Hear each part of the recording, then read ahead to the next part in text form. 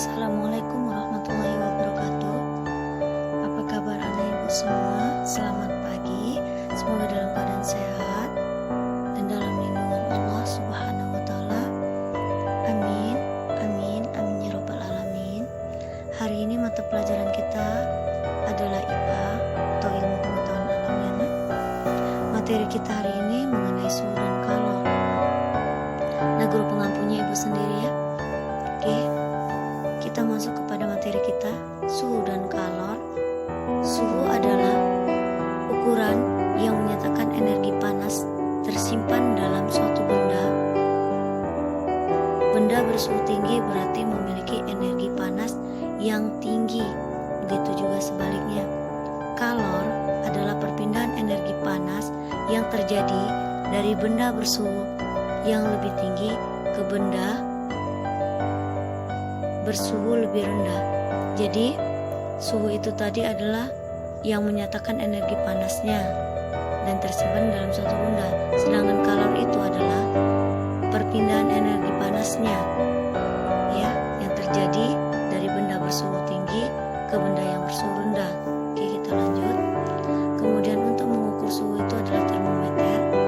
Termometer adalah alat yang digunakan untuk mengukur suhu benda. Terdapat 4 skala umum yang digunakan untuk termometer, yaitu Celsius atau Ohm, Reaumur atau O, Fahrenheit atau O, Kelvin dan atau K ya. Skala Celsius dan Fahrenheit umum digunakan pada pengukuran suhu di kehidupan sehari-hari, sedangkan skala suhu yang ditetapkan sebagai satuan internasional adalah skala Kelvin.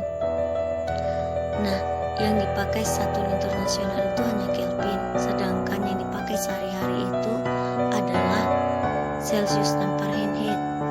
Oke, kita lanjut ya.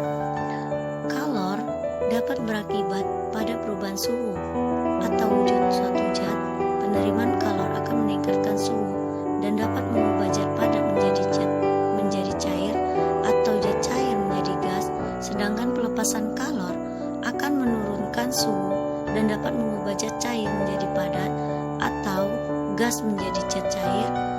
Satuan ukur kalor adalah kalori, di mana 1 kalori adalah jumlah energi panas yang dibutuhkan untuk menaikkan suhu 1 gram air sebesar 1 Ohm atau Celsius. 1 kalori disetarakan dengan 4,2 Joule. Oke, kita lanjut lagi. Nah, perpindahan panas dapat dibagi menjadi 3 jenis berdasarkan medium perantaranya. Ada konduksi, konveksi, dan radiasi ya. Konduksi itu energi panas bergerak tanpa disertai pergerakan permanen medium yang menjadi pengantar panas. Contohnya itu adalah rambatan panas pada material logam seperti besi, kawat, dan aluminium. Nah, ini adalah pengantar panas ya.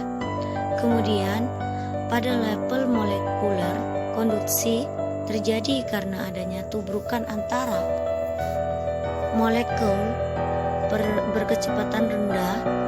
Hal ini menghasilkan peningkatan energi kinetik molekular yang selanjutnya meningkat suhu.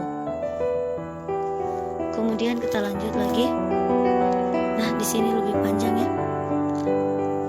Di sini ibu gabungkan penjelasannya. Konveksi adalah perpindahan panas terjadi seiring dengan perpindahan zat perantara atau medium. Contoh dari konveksi adalah pendinginan ruangan dengan AC dan pemanasan air. Pada level molekular, peningkatan suhu akan berpengaruh pada peningkatan volume dan juga kepadatan medium. Medium yang lebih renggang akan bergerak ke atas. Medium yang lebih renggang adalah medium yang bersuhu lebih rendah. Sebaliknya, medium lebih rapat berarti suhu lebih tinggi. Pergerakan antara medium inilah yang mengakibatkan perpindahan panas. Kemudian ada radiasi, penghantar energi panas tanpa dibutuhkan penghantar. Panas ditransmisikan dengan emisi gelombang elektromagnetik. Pada level molekular, radiasi panas terjadi karena pergerakan acak momentum dan atom akibat radiasi elektromagnetik, setiap benda akan mengeluarkan radiasi termal bergantung dari panas yang dimiliki. Semakin panas objek tersebut, maka semakin besar radiasinya. Salah satu contoh radiasi panas adalah perpindahan energi panas dari matahari ke bumi dan benda-benda antariksa lainnya. Adanya konveksi dan radiasi serta satu lagi konduksi tadi dapat terjadi sekaligus ya. Itu terjadi pada suatu proses pemanasan. Contohnya, proses memanaskan panci berisi air di atas kompor. Rambatan panas api dari kompor ke panci adalah proses radiasi. Jadi, memanaskan panci berisi air di atas kompor itu radiasi ya. Sedangkan air panas di bawah panci, yang di bawah pancinya itu akan bergerak ke atas, bertukar posisi dengan air di bagian atas menghasilkan transfer panas melalui konveksi. Nah, itu adalah proses konveksinya.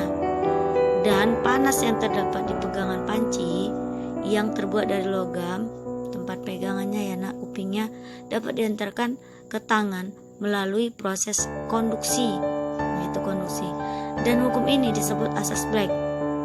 Asas Black adalah hukum yang menyatakan bahwa untuk semua pertukaran energi panas atau kalor, maka kalor yang diterima materi bersuhu lebih rendah akan sama besar dengan kalor yang dilepas oleh materi bersuhu lebih tinggi. Oke, mungkin itu aja nak video dari ibu. Nah, sekarang tugas kamu mencatat segala yang ada di video ini ke dalam buku catatanmu. Sekian video dari ibu. Selamat mengerjakan dan ibu akhiri. Wabillahi taufiq.